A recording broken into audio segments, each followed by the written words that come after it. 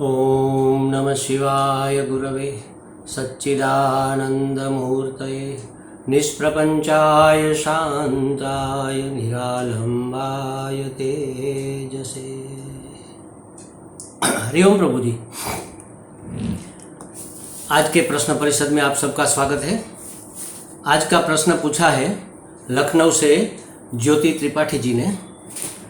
वो लिखती है, गीता जी में लिखा है कि, प्रश्न ठीक से आप सुनिएगा, गीता जी में लिखा है कि शरीरी को शरीर की जरूरत नहीं है, शरीर के बिना भी शरीरी मौज से रहता है, इसे कैसे समझे। देखो महाराज, एक तो ये मौका है इसलिए मैं कहने का चांस ले रहा हूँ। कहीं गीता जी में अगर आप ढूंढने जाओगे तो आपको ऐसा लिखा नहीं मिलेगा, शरीरी को शरीर की ज़रूरत नहीं है, उसके बिना भी मौज से रहता है, ऐसा कहीं नहीं मिलेगा। तो ये बात गलत है? नहीं, ये बात भी सही है और गीता जी की ही है। देखो हम क्या करते हैं, गीता जी में जो लिखा है एज इट इज़, उसी को उसी चरण को यहाँ रखकर हमें पूछना चाहिए कि भाई इस चरण का अर्थ हम ऐसा समझ रहे हैं, या तो इस महात्मा ने इसका अर्थ ऐसा किया है, इसको कैसे समझे। तो ये है राम सुखदास जी का अर्थघटन। गलत नहीं है, बिल्कुल सही है। उसके जैसे उत्कृष्ट महात्मा अवतारी पुरुष थे, वो तो कहीं मिलेंगे भी नहीं। मैं कहता हूँ क्या कि हम किसी भी वाक्य को जो अच्छा है, जो नीति विषयक है या जो भी है, हम ठोक बजाकर बैठा देते हैं। गीता जी में ये लिखा है, भगवान कृष्ण ने ये कहा है। अरे भाई कहाँ लिखा है, कहाँ कहा है, बताओ तो सही। इसी हमारी वीकनेस के कारण परधर्मी या विधर्मी या विरोधी लोग अपने अपने अच्छे अच्छे वाक्य बनाकर गीता जी के नाम पर व्हाट्सएप में या ऐसे मीडिया में भेज देते हैं, और हम मान भी लेते हैं कि हाँ कृष्ण ने ऐसा कहा। 1000 वाक्य ऐसे हमारे यहाँ, मुझे एक सप्ताह में 1000 वाक्य कम से कम मिलते हैं कि गीता जी में ये लिखा है, भगवान कृष्ण ने ये कहा है। आप ढूंढने जाओ कहीं नहीं मिलेगा। तो कोई, हम किसी और धर्म के नाम पर ऐसी बातें नहीं चलाते। देखो महाराज, बाकी विधर्मी लोग, परधर्म वाले, किसी और संप्रदाय वाले हमारे नाम पर ठोक बजाकर बैठा देते हैं और हम मान भी लेते हैं। हमें ये आदत डालनी होगी कि जो प्रश्न हम करें वो जिस चरण में, वो चरण भी लिखे, या तो उस चरण का शब्द सह भाषांतर लिखकर फिर पूछे। और या ऐसे पूछना है तो हम ये भी कह सकते हैं कि इस चरण का राम सुखदास जी ने ऐसा अर्थ किया है, ये बात तो सही लगती है, लेकिन इसको कैसे समझे। या तो हम ऐसे पूछ लेते हैं, गीता जी में ये लिखा है, इसे समझाइए।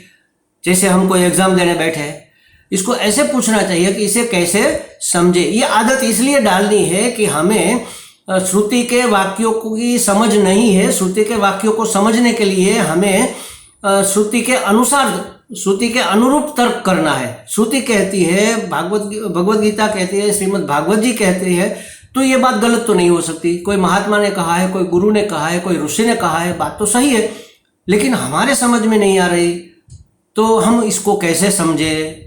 ये शब्द समूह होना चाहिए, इसे कैसे समझे, समझाइए। ये बात थोड़ी विवेकपूर्ण नहीं लगती है मेरे हिसाब से।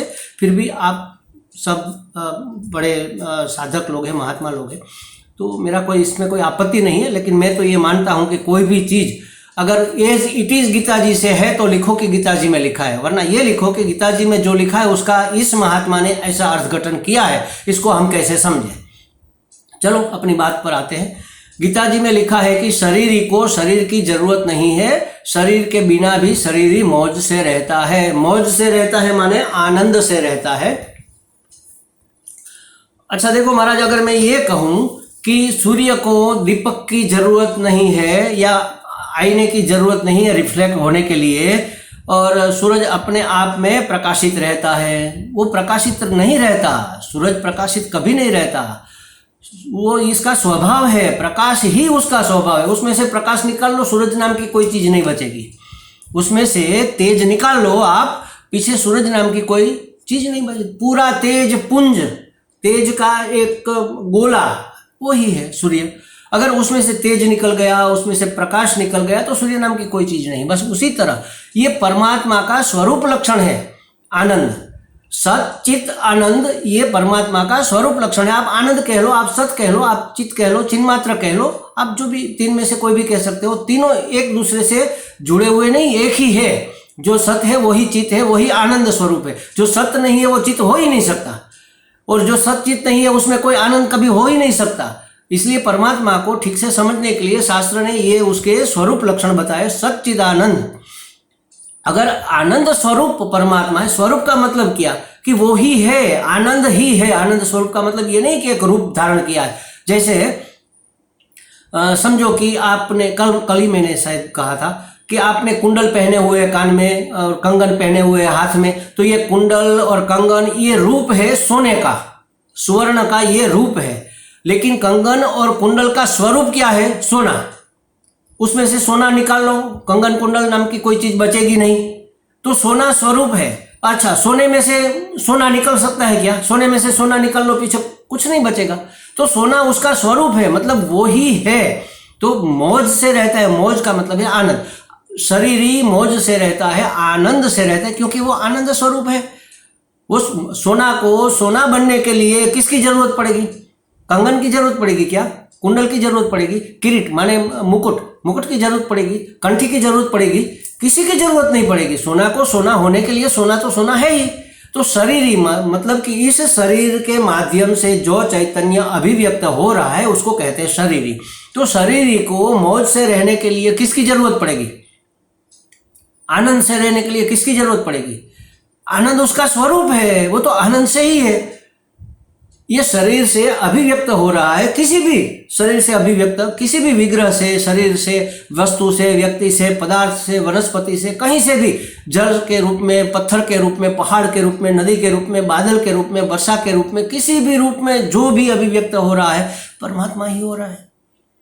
महाराज, हमें एक उदाहरण देता हूं। जैसे देखो, आपको जो भी चीजें दिखती है, आप आंख खोलो, सुबह हो गई है और आप देखो, कपबोर्ड दिख रहा है, फ्रिज दिख रहा है, पंखा दिख रहा है, स्वामी जी की चरण पादुका दिख रही है, स्वामी जी का फोटो दिख रहा है, ये सामने दरवाजा दिख रहा है, शिवलिंग और नंदी दिख रहा है, जगन्नाथ जी महाराज दिख रहे हैं, गणपति जी दिख रहे हैं, ओमकार दिख रहा है, ये विंडो दिख रही है, कपबोर्ड, ये लाइब्रेरी दिख रही है। ये सब वास्तव में ये क्या ये दिख रहे हैं? नहीं महाराज, हमें इस रूप में प्रकाश दिख रहा है। अगर प्रकाश नहीं होता तो ये चीज तो यहीं पर थी, हमें नहीं दिखेगी। प्रकाश ही इस रूप में रिफ्लेक्ट होकर हमारे पास वापस आता है। वास्तव में हमें प्रकाश ही दिख रहा है। उसी तरह वास्तव में परमात्मा ही दिख रहा है। चैतन्य मतलब प्रकाश, चित आनंद, चित माने ज्ञान।